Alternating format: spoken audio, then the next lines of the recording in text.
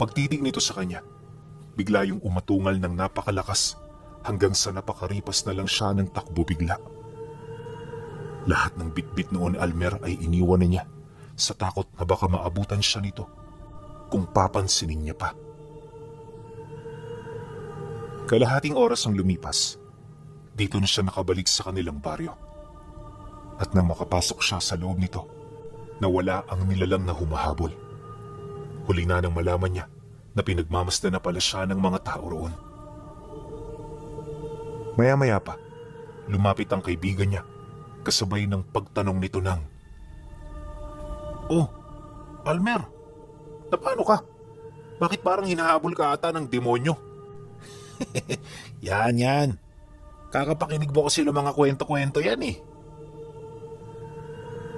Nang marinig niya ang sinabi nito, di siya gaanong umimik.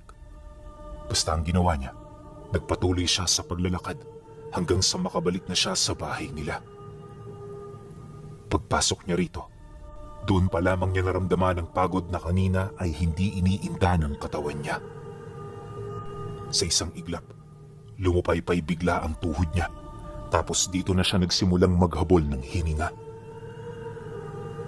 Nung mapansin ito ng kanyang ama, dali-dali naman yung lumapit para magtanong. Akala kasi nito inaatake lang siya ng hika, pero nung kausapin siya nito, tsaka pa lamang nito nalaman ang katakot-takot na pangyayari na kanyang pinagdaanan. Matapos itong marinig ng kanyang ama, agad siya nitong inabisuhan na wag na munang magtinda. Mas mainam na manatili na muna siya sa kanila habang mainit pa ang sitwasyon. Dahil sa sinabi nito, tumangulang naman siya habang nanlulumo ang mga mata. Labis-labis ang kanyang pasasalamat sa tatay niya dahil kahit papaano nauunawaan nito ang kanyang mga pinagdaanan. At sa paglipas ng mga araw, wala siyang ibang pinagkaabalahan kundi bantayan ng kanyang kapatid na nasa edad 6 na buwang gulang pa lamang. Dahil dito, kung kaya't malimit na siya noong makalabas para mamasyal. Wala naman yung problema sa kanya dahil yung mga magulang niya noon abala sa paghahanap buhay. Malaki man ang tapyas sa kanilang kita dahil sa pagtigil niya, hindi nila ito gaanong ininda. Alam ng mag-asawa na mas importante ang kanyang kaligtasan higit sa perang kanyang naiuuwi. Kaya naman kahit mahirap, tuloy lang ang kanilang paghahanap buhay. Makalipas ang 1 linggo, nawala bigla ang lahat ng kanyang alalahanin at takot laban sa nilalang na kanyang nakita. Akala niya hindi niya na ito masisilayan, pero nagkamali siya. Dahil bago matapos noon ang buwan, may dumaang individual sa kanilang tahanan na halos kamukhang-kamukha noong demonyong nasilayan niya sa kakahuyan. Wala siyang ideya kung ano ang pakay nito, pero base sa mga narinig niya, nagbibenta ito ng kape na galing pa sa Luzon. Hindi siya sigurado kung totoo ang lahat ng iyon, pero base sa sinasakyan ng matanda, parang hindi nga ito nagsisinungaling. Maya-maya pa, nung tumanggi ang mga magulang niya, bigla itong nagalit. At ang mga kapeng dala-dala nito, agad na inihambalos sa lupa na parabang wala itong halaga sa kanya. Matapos nun, umalis ito nang hindi na nagpapaalam. Pagsakay nito sa kangga, agad nitong hinataw ng tali ang itim nitong kabayo hanggang sa makalayo na ito sa bahay nila. Dala ng kuryosidad sa mga nangyari, dali-dali siyang lumabas para kausapin ang tatay niya. Ang kaso lang, nung marinig nito ang kanyang mga tanong, wala rin itong maisagot. Ayon sa ama niyang yun, bago sa kanilang matanda, kaya kaduda-duda ang iniaalok nito. Dagdag pa nito na, hindi nito inaasahan ang ginawa nito. Kaya naman bago pa ito mag-iskandalo sa baryo, babalaan na niya ang kanyang mga kaibigan at kamag-anak nila. Pagkasambit nito ng mga kataga, dali-dali naman itong umalis ng bahay. Mag-aalas 7 na nung nakauwi ang kanyang ama, kaya nang makita niya ito, labis-labis ang pasasalamat niya. Base sa kwento nito, Hindi dumaan ang matanda sa baryo, kaya labis yung nagtataka. Gawa ng yung daang tinahak nito, patungo yun sa baryo. Hindi pwedeng di dun dumaan ang matanda, maliban na lang kung pumasok ito sa kakahuyan. Matapos naman itong magwika, hindi niya na ito gaanong pinagtuunan ng pansin. Inakala niya kasing nagkataon lang ang lahat ng yon, pero paglalim ng gabi, muli silang nagising buhat sa isang hindi kaaya-ayang pangyayari. Ayon sa kanya, pag ulan ng malakas, may narinig silang atungal ng kung anong mabangis na hayop. Nagmumula ito sa makahoy na parte sa likod ng bahay nila, kaya nung marinig nila ito, hindi nila maiwasang mag-alala. Sa sobrang takot nga niya, napakaripas siya ng takbo patungo sa kwarto ng mga magulang niya. Pagdating niya rito, nadatna niya ang kanyang ama na nakatayo bitbit ang lampara at suntang. Maigi nitong pinakinggan ang atungal hanggang sa unti-unti na yung nawala. Pagbalik ng katahimikan sa buong paligid, tanging patak na lamang ng ulan ang kanilang naririnig. Ang kaso lang, pagtungtong ng 11:00, habang lumalakas pa lalo ito, meron silang narinig na yapak ng kung anong nilalang na tila bang umaaligid sa kanilang pamamahay. Nung marinig ito ng tatay niya, nagmamadali itong pumunta ng kusina para sumilip. Siya naman noon, naiwan sa tabi ng kanyang ina habang taimtim na nagdarasal. Ilang minuto lang ang lumipas. Pagbalik ng tatay niya, wala naman itong nakita. Ayon dito, masyadong madilim sa labas, kaya kahit anong aninag niya, wala siyang nakitang kakaiba. Dagdag pa nito na, baka naligaw na hayop lang ang nilalang na yon, kaya naman mas mainam na wag na nila itong isipin pa. Subalit sa kasagsagan ng pananalita nito, may narinig silang malakas na pagkatok mula sa labas ng pinto. Kumarit din ng kung anong bagay sa dingding ng bahay nilang gawa sa bato, kaya naman nang marinig nila ito, agad silang napatahimik. Maya-maya pa, nang mapagtanto niyang hindi pa rin tumitigil ang mga katok sa labas ng bahay nila, dito na siya nakaramdam ng matinding takot. At sa maniwala man kayo o hindi, kahit matapang itong si Almer, napaiyak siya noong mga sandaling yun. Alam niya na hindi normal ang mga naririnig nila, at anuman ang nasa labas ng bahay, nasisiguro niyang dumalaw ito para patayin sila ng pamilya niya. Dahil dito, kung kaya't pilit naman siyang pinatahimik ng kanyang ama. Yung nanay niya noon, halos nininervyos na rin, pero sinubukan siya nitong pakalmahin. Ayon sa kanya, kahit katok lang ang mga narinig nila, nakakatakot itong pakinggan, lalo pat gabing-gabi na. May mga narinig na rin siyang kwento ukol sa mga ito, kung saan ang nilalang na may kaugnayan dito ay pawang mga aswang. Kaya naman pagsapit ng sumunod na araw, hindi na sila nagdalawang isip na humingi ng tulong sa manggagamot. Pagbisita nila sa bahay nito, agad na inilahad ng kanyang ama ang mga nangyari, kaya naman napilitan ng matanda na bisitahin ang bahay nila. Pagdating nito sa kanilang tahanan, bumungad ang isang malalim na kalmot sa kanilang dingding. Gawa sa kahoy ang dingding ng bahay nila pinuno, kaya kahit malayo kitang-kita mo ito. Kapansin-pansin din ng mga malalaking ukas sa pinto, na ayon sa kanila dahil ito sa paulit-ulit na pagkatok ng nilalang. Nang marinig naman yon ng matanda, siniyasat nito ang paligid ng bahay. Tiningnan din ito ang mga parte ng lugar malapit sa kanila upang makahanap ng bakas ng nilalang. Ang kaso, wala ito roong nakita. At ang tanging napanghawakan lamang nito ay ang isang itim na balahibo na halos 2 dangkal ang haba. Ayon sa albularyo, mula yun sa nilalang na gumagambala sa kanila. Hindi ito kumbinsido kung anong uri ito, gawa ng wala pa yung nakikitang nilalang na nagtatanga ng ganoong kahabang balahibo. Dagdag pa nito na, dahil sa wala pa silang ideya ukol sa nilalang na yon, kailangan nilang humingi ng tulong sa mas nakakaalam. Maganda ring manuluyan na muna sila sa kanilang mga kadugo upang hindi na sila gaanong mangamba. Nang marinig naman yon ng kanyang ama, agad naman yung tumutol. Ayaw na ayaw nitong manuluyan sa ibang tao dahil bukod sa ayaw nitong makagambala, nahihiya rin ito. Bahala ka na, Timon, sa kung ano ang inyong desisyon. Ako naman ay nagpapayo lang sa kung ano ang pwede niyong gawin.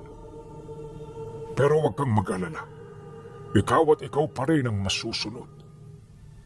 Kargo mo ang iyong pamilya. At nga pala, bumalik ka sa bahay ko pagkaraan ng 2 araw.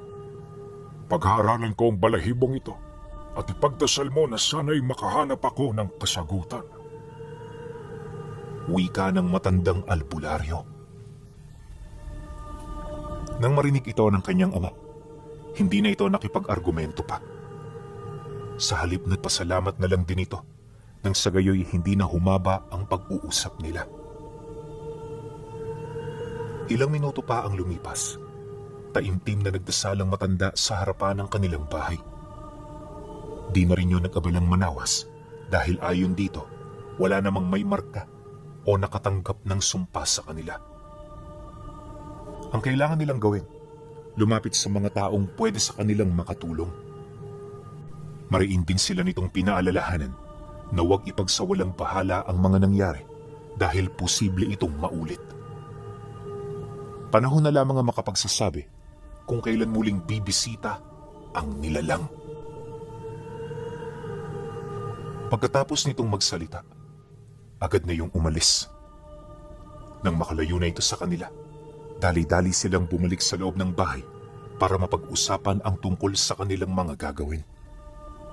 Pero hindi pa man sila tapos sa kanilang pag-uusap, may narinig na naman silang katok mula sa pinto. Nang marinig ito ni Almer, agad niya itong tinanong sa kung sino ito, pero hindi yun sumasagot. Kaya naman kahit marami siyang ginagawa, napilitan siyang buksan ang pinto. At sa pagbukas niya rito, bumungad sa kanya ang mukha ng matanda na pamilyar sa kanyang mga mata. Sa isang iglap, nakaramdam siya ng matinding takot sa puntong hindi niya na noon magawa pang lumingon sa kinaroroonan ng kanyang ama. Dahil dito, tanging mga tanong na lamang nito ang narinig niya. Maya-maya pa, nang mapansin nitong hindi siya nakakasagot, padabog na itong lumapit sa kanya. Pagdating nito sa kanyang likod, dito na nito nakita ang matandang nakangisi habang hawak-hawak ang itim na garapon. Nang masipat ito ng tatay niya, di rin kaagad yun nakakilos. At bago pa man bumalik ang mga lakas nila, naisaboy na ng matanda sa mukha nila ang laman nito.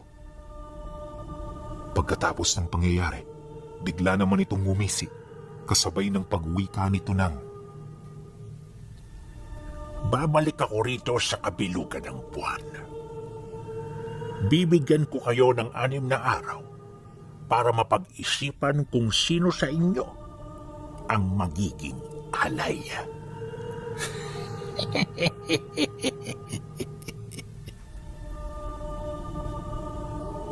Pagkasambit nito ng mga kataga, agad naman yung umalis hanggang sa tuluyan na itong makalayo. Nang mawala na ang matanda, doon pa lamang nanumbalik ang lakas ng kanilang mga katawan. Unti-unti na rin kumalma ang buong paligid hanggang sa mapahagulgol na lamang sa pag-iyak itong si Almer. Wala siyang ideya kung bakit ito nangyayari sa kanila. Gawa ng kung iisipin, wala naman siyang nagawang kasalanan sa matanda. Biktima lang siya ng takot at alam niya na kahit sino man noon sa kanyang sitwasyon, ganun din ang kanyang gagawin. Dahil sa pagnanais nilang malaman ang kasagutan ukol dito, nagmamadali silang tumungo ng baryo para maghanap ng makakatulong. Kasakasama nila noon ang kanyang ina at ang kanyang kapatid dahil ayaw naman itong iwan ng tatay niya. At nang makarating na sila ng sentro, dinaanan nila ang bahay ng tiyuhin niya para iwan dito ang kanyang ina. Matapos nun, nagpatuloy sila sa paglalakad hanggang sa marating nila ang bahay ni Kaperdi, ang nag-iisang antingero sa kanilang lugar. Pagkatok nila sa pinto nito, inabot pa ng kalahating oras ang kanilang paghihintay. Nasa kasagsagan kasi ng pagdarasal noon ng matanda, kaya kahit naririnig sila nito, di sila nito pinagbuksan. Maya-maya pa, nang tapos na ito sa pagdarasal niya, dito na sila nito kinaharap para kausapin. At nang marinig na nito ang kanilang mga hinaing, pansamantala sila nitong pinagpahinga nang sa gayoy makapag-isip sila. Binigyan din sila nito ng tagi-isang baso ng kape upang hindi sila dalawin ng antok sa paglalim ng gabi. Ilang oras pa ang lumipas. Bumalik ang antingero sa kanilang kinaroroonan, bitbit ang tawas na tinunaw nito. May daladala na rin yung libreta, kalakip ng mga tuyong dahon at mga buhanging may halong kamangyan. Bago ito umupo sa kanilang harapan, kumuha ito ng mangkok na nilagyan naman ito ng uling.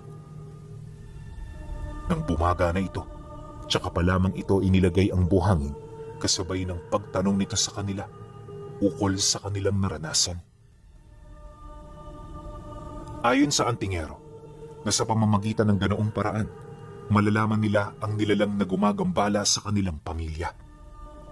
Dagdag pa nito na, bagaman may kutob na ito sa nilalang, mas mainam pa rin na sila'y makasiguro.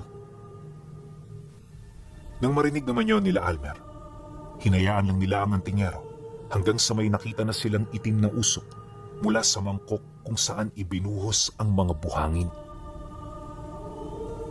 Maya-maya pa, nang mapuno na nito ang bahay, dali-dali naman itong inilabas ng antingero. Silang mag-ama naman, naiwan sa loob, pabulong na pinag-uusapan ang kanilang mga nasilayan. Pagbalik naman ito, doon na nila napansin ang tila bang pagkakaroon ito ng ideya sa nilalang na gumagambala sa kanila.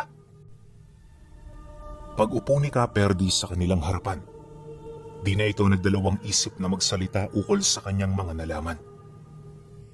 Ayon dito, nagalit ang nilalang sa kanya dahil tinitigan niya ito noong nagpapalit anyo ito. Dagdag pa nito na, ang nilalang na nakita niya sa kakahuyan ay isang mataas na uri ng itim na engkanto na may kakayahang tumawag sa mga aswang at demonyo. Marahil kaya sila nito binigyan ng sumpa ay para may alay dito ang isa sa kanila. Batid din ng antingero na hindi yun titigil hanggat hindi nito nakukuha ang kanyang nais. Malaking problema ito, Timon. Ang mga ganitong nilalang, hindi nakukuha sa alay. Walang silbi na mag-alay ng dasal sa kanila dahil sa sandaling nakapagdesisyon na ang mga ito, yun na ang kanilang gagawin. Kaya kung gusto niyong makatakas sa ganitong sitwasyon, iisang bagay na lamang ang pwede ninyong gawin. At ito ay lumaban o hindi naman kaya'y pag-usapan kung sino sa inyo ang magiging alay. Pero kung ako sa inyo, lumaban na lang kayo. Mas mainam na mamatay ng may karangalan kaysa mamatay ng dahil sa kaduwagan. Wika ng antingero. Nang marinig naman ito ng kanyang ama, agad naman itong napatitig sa kanya. Bagaman wala itong ideya sa mga susunod na mangyayari, nagdesisyon itong sundin na lamang ang antingerong tumutulong sa kanila. Nangako naman kasi itong hindi sila pababayaan, kaya naman kahit papaano, nagkaroon na rin sila ng lakas ng loob para makipaglaban. Pagkatapos ng kanilang pag-uusap, muli silang bumalik sa kanilang bahay. At sa pagkakataong yun, kasama na nila si Kaperdi, bit-bit ang lahat ng gamit nito. May mga inihanda na rin yung armas para sa kanila, senyales na kinakailangan nito ng kanilang tulong. Pagbalik nila sa kanilang tahanan, agad itong naglagay ng mga pangontra sa paligid. Matapos nun, tumungo ito sa loob para maghukay sa isa sa kanilang mga silid. Ayon sa antingero, kailangan nilang gawin ito dahil kung sakali mang mapangibabawan sila ng kanilang mga kalaban, meron sa kanilang makakalabas ng buhay. Halos magdadalawang araw din nila yung pinaghirapan bago sila makalikha ng uka na kakasya ang 3 katao. At nang magawa na nila ito, ipinagpatuloy nila ang kanilang paghahanda. Napakabilis ng pagtakbo ng oras, kaya bago pa man nila ito mamalayan, nalaman na lamang nila na meron na lang silang 1 araw para makapaghanda. Nakakatakot na malaman ito, pinuno. Kaya naman nung marinig niya ito sa antingero, nakaramdam siya ng matinding kilabot. Dito rin niya napagtanto ang dahilan kung bakit sa mga nagdaang gabi, pakiramdam niya ay merong nagmamasid sa kanila. Matapos ang kanilang pag-uusap, todo aral na siya ng mga usal para sa bakod at puder. Panay na rin ang ginagawa nilang pagmamasid sa labas ng bahay dahil sa mga sandaling ito, malapit nang sumapit ang gabi. Ayon sa kanya, na sa lahat ng oras, yon ang puntong kinakabahan sila. Bukod sa wala silang ideya sa kung ano ang mangyayari, maaari ring sumalakay ang mga nilalang alinsunod sa utos ng engkantong nagkaroon ng mortal na galit sa kanila. Pagtalikod naman ng araw sa kalupaan, nabalot ng katahimikan ng paligid, dulot ng taimtim nilang pagdarasal. Gabi-gabi nila yung ginagawa upang makakuha ng proteksyon mula sa may likha. Nagbabakasakali rin silang yon ang magliligtas sa kanila, kaya kahit sobrang dami ng kanilang ginagawa, hindi nila ito kinaligtaan. Paglalim naman ng gabi, isa-isa na silang nagmasid sa labas. Walang imikan, at kung may kailangan man, purong senyas lang. Akala niya nung una, isang normal na gabi lang ang papadaan.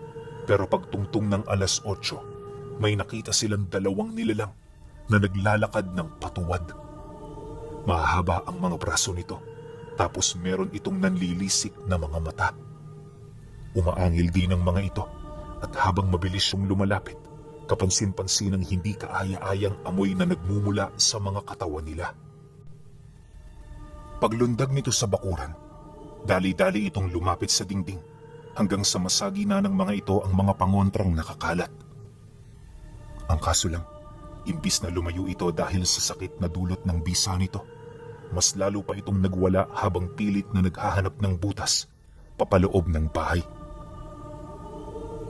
Nung marinig ni Almer ang atungal ng nilalang, halos manginig ang kanyang buong katawan.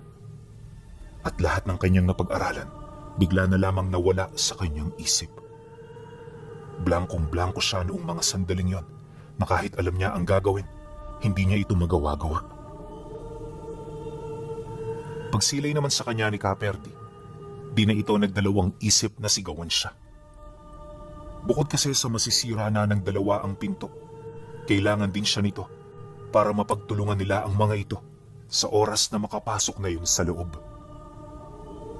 Pagkarinig niya sa sigaw ng antingero, agad namang nanumbalik ang kanyang wisyo. At kahit takot na takot, pinilit niyang kumuha ng talibong para matulungan ang mga ito. Hindi niya tinangka noong tumakbo dahil alam niya na wala naman siyang mapupuntahan maliban na lang sa uka na kanilang ginawa. Paglapit niya rito, doon niya nasilayan ang dahan-dahang pagkalas ng trangka ng pinto. Almer, sa likod ka lang namin. Kami ng tatay mo ang mauuna. At kapag nagkaroon ka ng pagkakataon, huwag kang magdalawang isip na tagayin sila. Alalahanin mo, hindi yan mga tunay na tao. Nang marinig niya ang sinabi nito, agad naman siyang sumang-ayon sa kabila ng takot na bumabakas sa kanyang mukha. Sa puntong yun, pilit na lamang niyang nilalaksa ng kanyang loob upang makatulong sa kanyang ama at sa antingerong nagsakripisyo para mabuhay silang 2. Pagbukas naman ng pinto, parang mga baliw na hayop na pumasok ang 2 nilalang. Gumapang ang mga ito sa dingding bago sila nito pagsusunggaban. Nang magpang-abot na sila, pilit naman yung pinigilan ng 2 gamit ang makapal na tabla. May mga pagkakataon ding inuundayan ni Leo ng saksak upang mapahina ito ng dahan-dahan. Ang kaso, hindi yun basta-bastang umeepekto Kaya sa loob ng ilang minutong pagpipigil, agad na nakaramdam ng panghihina ang dalawa. Nang mapansin niyang tinutulak na sila ng mga nilalang, dito na siya tumulong. Kahit hindi niya ito makita, pilit niya itong inaabot ng sundang niya. Ganon at ganon ang kanyang ginawa hanggang sa may makita na siyang dugo mula sa mga talim nito. Kaya naman pag-atras ng dalawang nilalang, pilit na itong itinulak ng antingero hanggang sa magkaroon ito ng pagkakataon para patayin ang isa sa mga ito. Matapos niya itong gawin, mabilis namang tumakbo papalabas ng bahay ang nilalang na nakaligtas. Pagsilay naman nilang wala na ito, dali-dali nilang isinarado ang pinto. Yung labi naman ng naiwang aswang, pinugutan niyo ng ulo ni Caperti upang masiguro na yon ay patay na. At nung magawa niya ito, tsaka pa lamang sila nakapagpahinga. Huli na nang mapansin ni Almer na isa palang matandang babae ang napatay nila. Nakakatakot makasilay ng bangkay dahil pakiramdam niya mamamatay tao na rin siya. Ngunit nang mapansin niyo ng antingero, agad naman itong tinapik ang kanyang balikat kasabay ng pag-uwika nito ng, Hindi tayo mamamatay tao. Tandaan mo, hindi mangyayari ito kung hindi sila ang naunang sumalakay. Dinepensahan lang natin ang ating mga sarili. Magpakatatag ka, Almer. Dahil bukas sinisiguro ko sa'yo, mas matindi pa rito ang mararanasan mo. dahil sa sinabi nito, napalunok lang naman siya ng laway. Makalipas pa ang ilang minuto, nanatili silang gising para magbantay. Ayon sa kanya na, sa sobrang pagkabahala nila, wala silang naramdamang pagod at puyat noon. Alerto lahat ng mga pandaman nila sa takot na baka may dumating na naman kapag sila'y nagpabaya. Pagsapit ng sumunod na araw, 3:00 na sila ng hapon nang magising. Dahil dito, kung kaya't naging paspasan ng paghahanda hanggang sa unti-unti na namang sumapit ang takip silim. Akala niya noong mga sandaling yon handa na ang panig nila. Pero pagtungtong ng 7:00 ng gabi, dito nila nasilayan ang matanda na kasalukuyan ang nasa orihinal nitong anyo. Yung kabayo nitong ginagamit nung bumisita yon sa kanila ay kaparte pala ng totoo nitong wangis. Kaya niya yun nasabi dahil nakita nilang tatlo ang pagpapalit anyo nito. Matapos nilang masilayan ang nilalang, lumitaw sa likod nito ang hindi mapilang na mga aswang. Nang masipat yon ng antingero, agad yung napatingin sa kanya, kasabay ng pag-uwika nito ng, Kapag alam mong nasa panganib na tayong lahat, pumasok ka ron. Huwag mo na kaming hintayin. Nang marinig niya ito, napatango lang naman siya habang dahan-dahang tumutulo ang luha sa kanyang mga mata. Kung siya lang ang masusunod, ayaw niyang iwan ng dalawa. Pero kinakailangan niyang mabuhay upang may makapagsabi ng kanilang mga pinagdaanan. Matapos ang kanilang pag-uusap, dito na nila narinig ang atungal ng nilalang. Pagtahimik nito, parang buhawing sumugod ang mga aswang. At sa loob lamang ng ilang minuto, nagtamo ng matinding pinsala ang kanilang tahanan. Isa-isa nang nawasak ang bubong ng bahay hanggang sa nakapasok na ng sapilitan ang mga aswang. Sinubukan naman yung pigilan ng dalawa pero sa dami ng mga ito hindi nila yon kinaya. At sa harap ng hindi may pagkakailang panganib, napatakbo na lamang siya sa silid para magtago. Nung may kubli na niya ang kanyang sarili, doon pa lamang niya narinig ang sigaw ni Caperti na para bang mamamatay. Pagtahimik nito, ramdam niyang nahugot sa lupa ang lahat ng pundasyon ng bahay nila. Matapos ang pangyayari, kahit wala siyang ideya sa sitwasyon sa ibabaw niya, pilit siyang nanatili sa uka.